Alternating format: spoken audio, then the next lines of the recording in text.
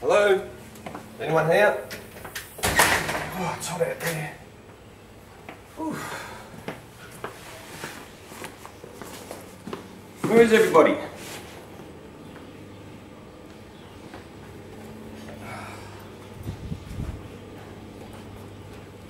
Dad, you know what time it is?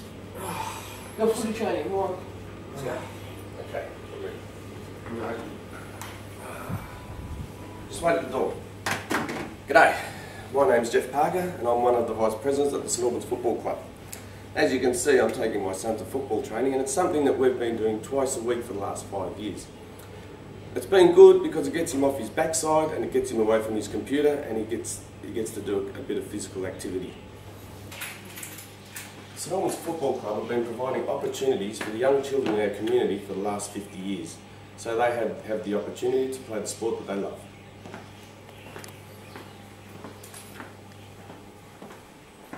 Alright Dad, I'm really late. If you'd like to learn more about the St Albans Football Club and how you can help support us, follow me.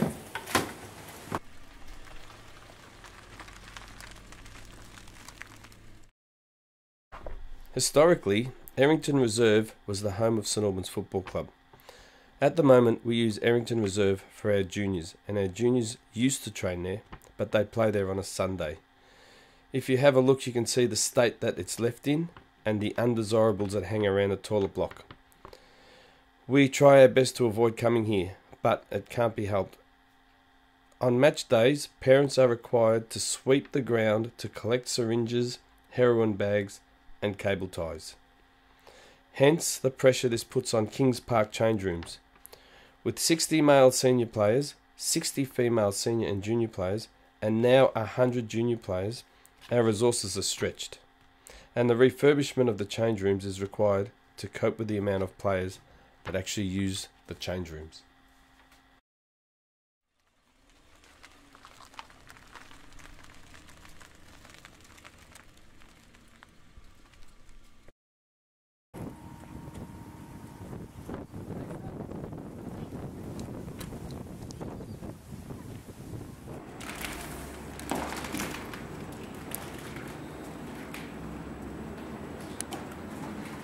Well, here we are in the St Albans Football Club and Cricket Club change rooms. These rooms have been built around about the late 60s. If you have a look around, there haven't been too many changes made to the rooms from when they were first built. The rooms are used every day of the week, with training for the juniors and training for the female teams, and also training for our senior teams, of course. The cricketers train here too during cricket season, and on weekends it's used on Saturday and Sunday for both football and cricket. I'm president of the St Albans Cricket Club, have been for 7 years. I've been involved with both footy and cricket for 30 or 40 years now, so a long time. This is just a bit of an information segment on what our club's all about. We've been here 30, 40 years now, these rooms. The thing we've noticed recently over the last 4 or 5 years is our junior numbers are decreasing quite rapidly. The club is trying to improve them, but it's really hard to improve them without the right facilities, basically, and the clubs they are going to are the surrounding newer areas that have got new club rooms and new facilities. We are struggling. The rooms we're in now, I used to play football and cricket in, so we've still got the same. We've done a bit of upkeep on them, but they just really need to be improved.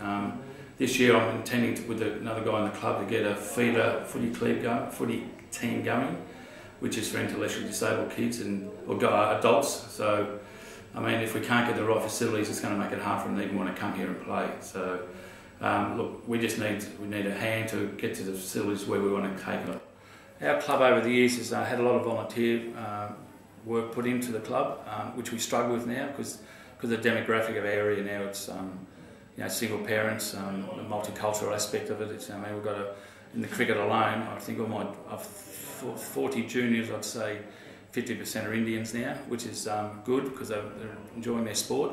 But once again, we've got to get the facilities right. They want new coaches, they want new, they want to be trained individually. We've got to have the facilities do that, and this is what we struggle with at the minute. We are trying to improve it with volunteers, but the volunteers can only go so far.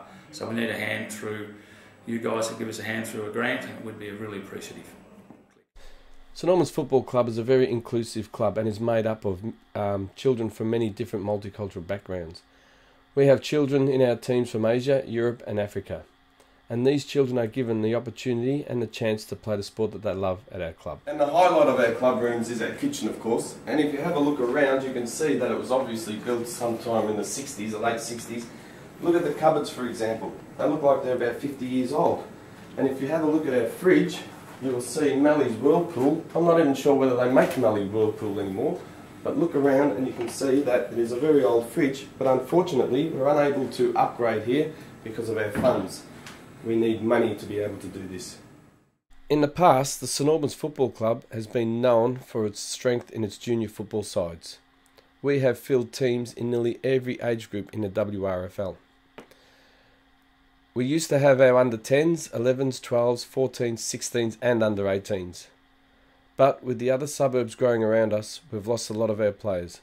And I put that down to the fact that we don't have the facilities at our club to cater for them.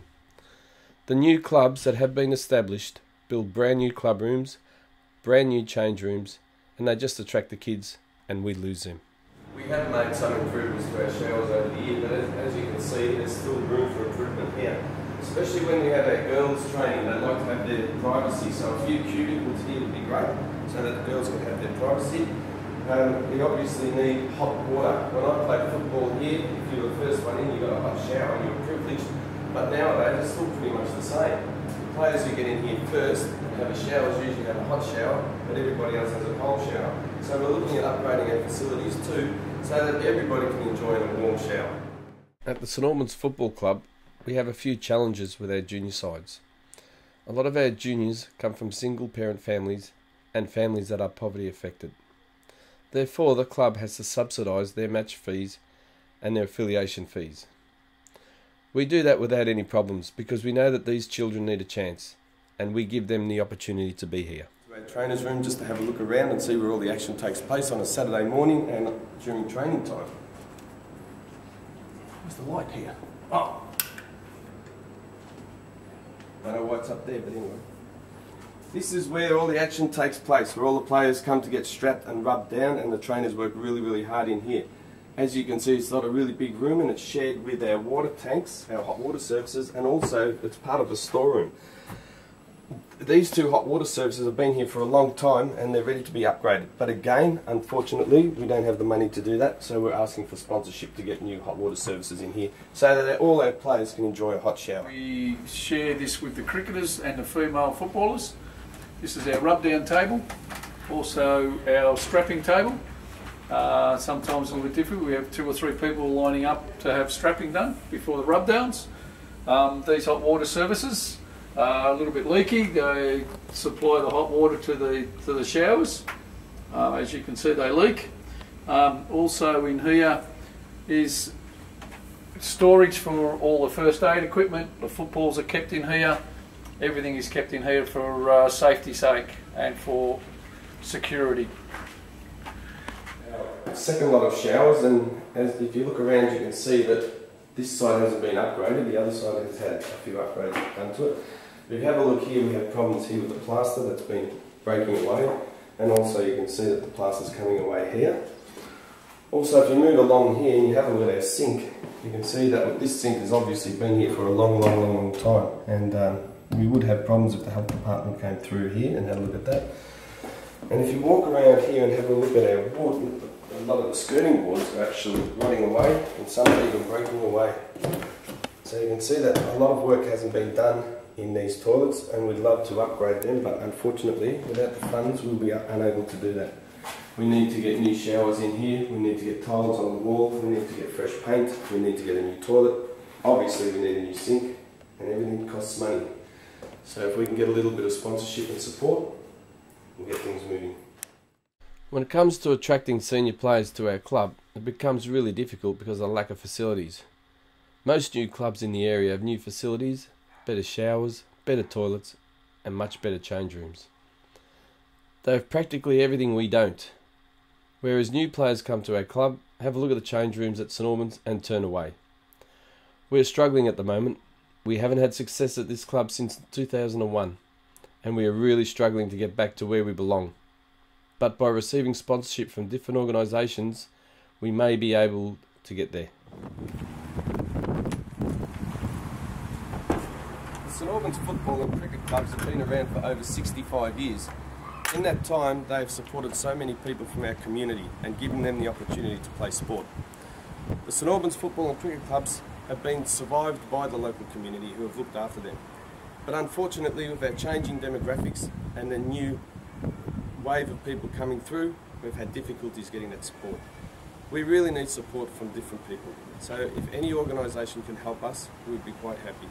So thank you everybody. We need to keep St Albans Football and Cricket Club at the level that they've been at for the last few years. Thank you. Alright, let's go.